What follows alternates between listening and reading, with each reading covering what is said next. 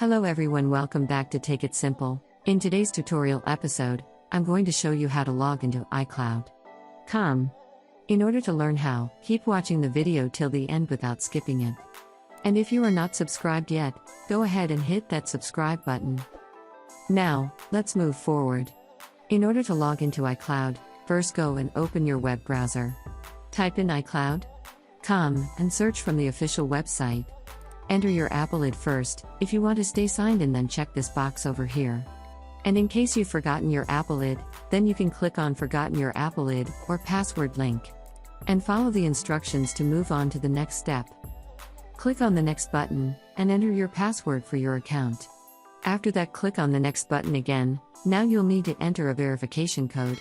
In order to move forward, type in the code that has been sent to your mobile number, and you'll be automatically signed into iCloud. That is how you can sign into iCloud easily and quickly without any problem. I hope you found the video useful. If you did, go ahead and give it a thumbs up. Feel free to comment down below in the comment box if you have a question or feedback. I'll be back soon with more tutorial episodes again.